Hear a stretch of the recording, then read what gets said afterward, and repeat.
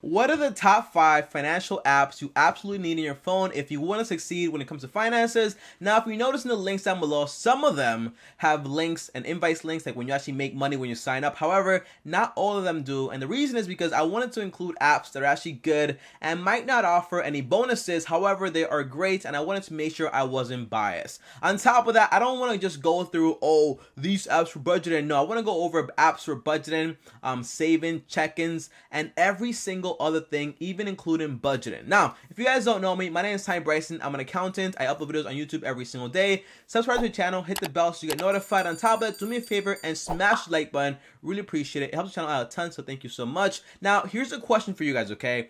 How many apps do you currently have on your phone that you quote unquote use for finance or budgeting or checking your credit? Comment down below, let me know. And if you ask me how many do I have, well, I'll be honest with you. I won't lie. I won't keep any secrets. Well, in reality, guys, I have a little bit over 100 apps on my phone right now that I use for quote unquote checking my credit, budgeting, my check-ins accounts, all this stuff that I practically never even open in the first place. Comment down below, be honest, is that you or is that not you? Now, let's get into the video and talk about exactly the top 5 apps you absolutely need in your phone. By the way, if I deleted my whole phone, like right now, I would practically leave all these apps in my phone because absolutely the best apps that you could possibly need right now when it comes to finance. By the way, guys, if you guys don't believe me right here, this is my cell phone. And if you guys can tell, let me unlock it for you guys right here. This is like, look at this, apps, apps, apps, apps, apps, apps, apps, apps. By the way, these are my apps. However, when you click like on folders, I have folders with more apps. So in reality, I have a lot more than 500, wait, a lot more than 100 apps. You know, that's why I'm asking you guys exactly how much do you guys think you have, because I'm practically sure you have at least more than 10 on your phone. Now, let's jump into the video and talk about the top 5 apps I will keep on my phone if anything happened and I wanted to erase it today. Now, the first category I want to go into is basically investing apps, the best ones on the market currently. Now, the first one is Robinhood. Now, Robinhood, I use it for buying individual stocks. However, I don't really do that often because I don't really trade individual stocks because it's not really my thing. However, with Robinhood, you can trade stocks for free. You can buy whatever you want to buy. And on top of that, you even get a debit card to actually deposit your dividends into. And also, you can borrow on a margin, buy more investments, and leverage it. However,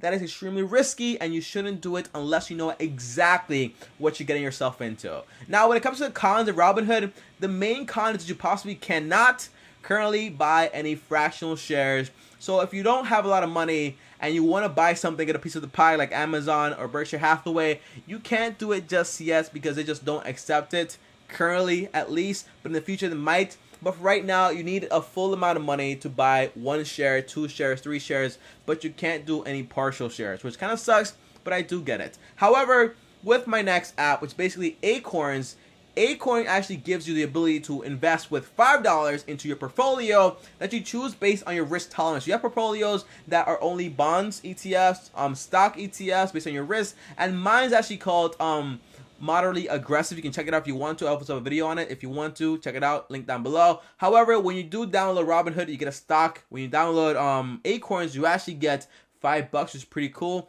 And the main thing that I don't really like so much about Acorns is that it doesn't give you a lot of freedom. But I want to keep it simple, honestly, so I'm not really a big fan of that. I don't really care that much. However, I do care about that I can't borrow against my money in my portfolio and use that money to invest in something else outside of stocks and investments, okay? That's a big deal for me. I don't know about you. Comment down below and let me know. However, the next app for investment actually gives you the freedom to borrow against your money and use it for whatever you want to at a very low interest rate of 3.5%. So imagine you take that money, you refinance all your debt, and that way you are getting a huge discount without having to pay your credit card or whatever you owe money on, okay? Now, this app is actually called M1 Finance, and everyone knows, although I love M1 Finance, I do not like the entire M1 Finance Plus feature because it's way too expensive and it costs around $125, and it doesn't make any sense to actually download it on your phone and actually have that, because why would you want it when you can actually get all those features on your other check-ins accounts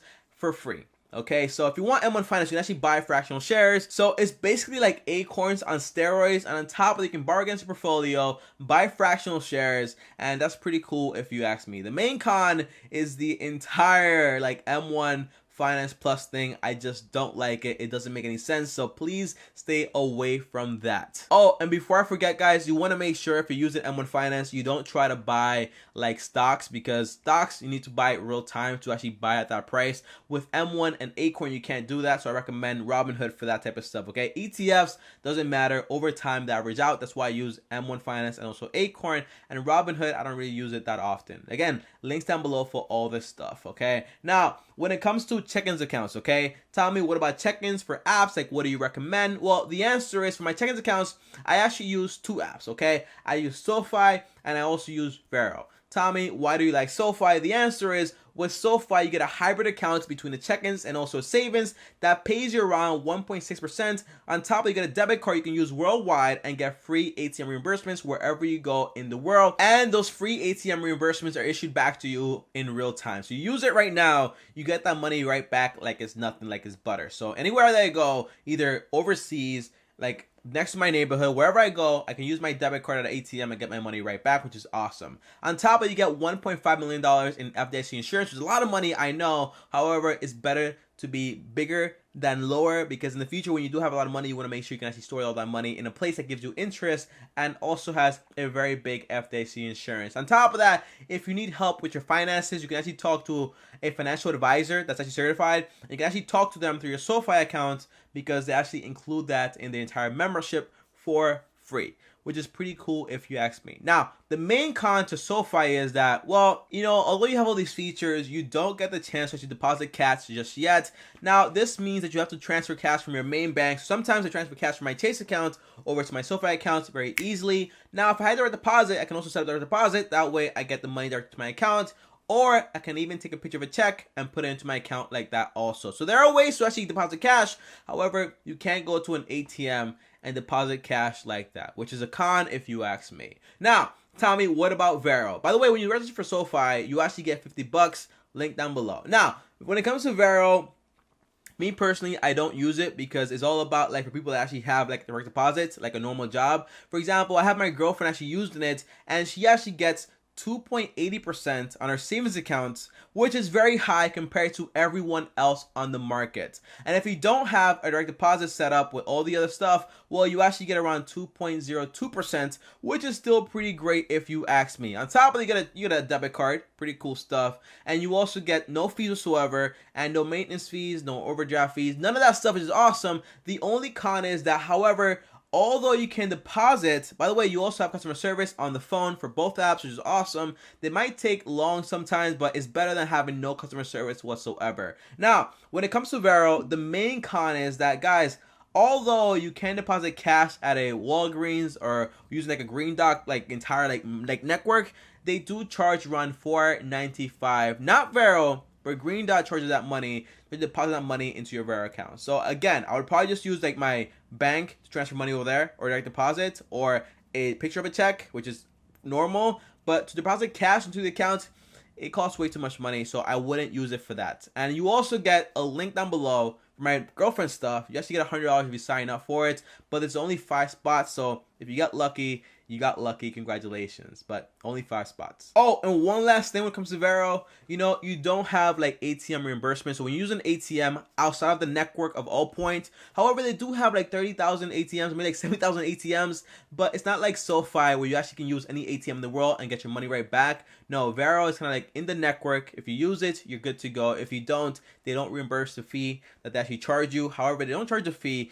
but you probably will get a fee from the subcharge of that person that actually owns the ATM. Now, let's get into budgeting apps, okay? Because you're probably wondering, Tommy, you love budgets, huh? So what do you use to actually budget? Well, I'll be honest with you guys. I don't use any apps to actually budget, which is weird, I know. However, I do know when I was actually starting this entire thing, I did use apps. I'm going to recommend them to you right now. And then later on, I'll tell you exactly what I currently use to actually budget all my money. Now, the first app I used to use all the time is actually called Mint. Now, with Mint today, you can track your expenses, your income, your credit score, and even get offers for credit cards and loans. However, though, because they offer all this stuff, the con is it can lead into a bias of recommending products to you based on how much money they'll get back when you actually sign up. Because again, none of this stuff is free. Although Mint is free to use, when you sign up for a credit card, they do get some money back by that. So I would be careful when it comes to accepting offers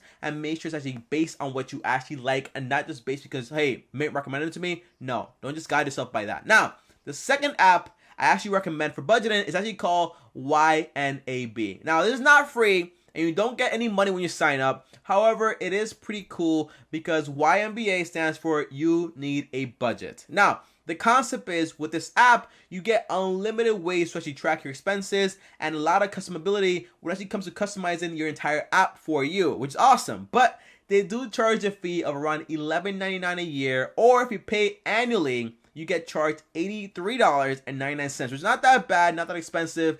But for me, I would not pay any money to budget my money. So if you want to be convenient, YNAB is very good to use. You can actually download your phone, your PC, and track it everything together, which is awesome. However, what I currently do to budget all my money is actually I use something called Excel and Google Sheets. I create my entire budget on Excel and Google Sheets, and that way I don't have to worry about anything. Now, if you want to know exactly how I budget, I have a link down below for my video. I posted a video on it. I have a link down below. It's called The Simple Budget, and also my personal budget, where I show you exactly all my numbers, how I do it. You can copy if you want to, and link down below, so check that out. Now, when it comes to savings and what I do to save money and my apps for saving money, I only have one, and it's called Wealthfront. I love Wealthfront because one, is transparent. Two, I can't transfer money like this ASAP because I want to make sure when I put money in there, I don't take it out. And to get that money back into my account, it'll take around 3 days. However, they also have $1 million FDIC insurance, which is pretty cool if you ask me. And they also offer 1.82% APY, which is not that bad. But if you do have Vero, you can take advantage of that if you want to. Now, Tommy, what's the con here? The con is you can't redeposit any checks. You don't get a debit card. So it's kind of like you deposit that money in there and it's in there. We want to take it out, you transfer it out, but it will take around 3 days to actually hit your account back. So hopefully you don't want to use the money because it'll take too long to actually get to your account, and you figure out a way to actually use it without having to take money out from your savings, which I really like that entire concept, okay? Now, the last category is actually called productivity. Now, for productivity, I use an app called Evernote. With Evernote, I like taking notes. I write down my ideas. I write down deadlines, what's it called? To-do list. I write down everything I want to do throughout the day in this app. Now, it's actually free, but it's also a paid version, and I can actually sync it with my phone, my laptop, my computer, which is pretty cool if you ask me. Now, if you want to go into paid, cool if you want to, but I do everything with this app without having to pay any money because I use the free version, not the paid version, okay? So just think about that if you want to. And you can also use this app for productivity. It's actually called, it's actually a website. It's actually called BeMinder. Now with BeMinder, it's basically like gambling, but you're gambling that you'll have to do something, and if you don't do it, you have to pay that money. So for example, I might say on BeMinder, like, hey, I'm going to upload a video on YouTube every single day. And if I don't, within 30 days, well, I'll put this wager of $100. And if I lose the wager, they take that money and I lose it. So that way I have motivation to actually be like, hey, I have to upload, because if I don't upload, I lose out on $100 because that's my money right there. And they'll take my money. I think they also donate to charity, which is pretty cool. However, BeMinder, if you have a problem with starting things and finishing, and you really love money and you don't want to lose your money, this might be a great way to actually motivate yourself, okay? Now, lastly,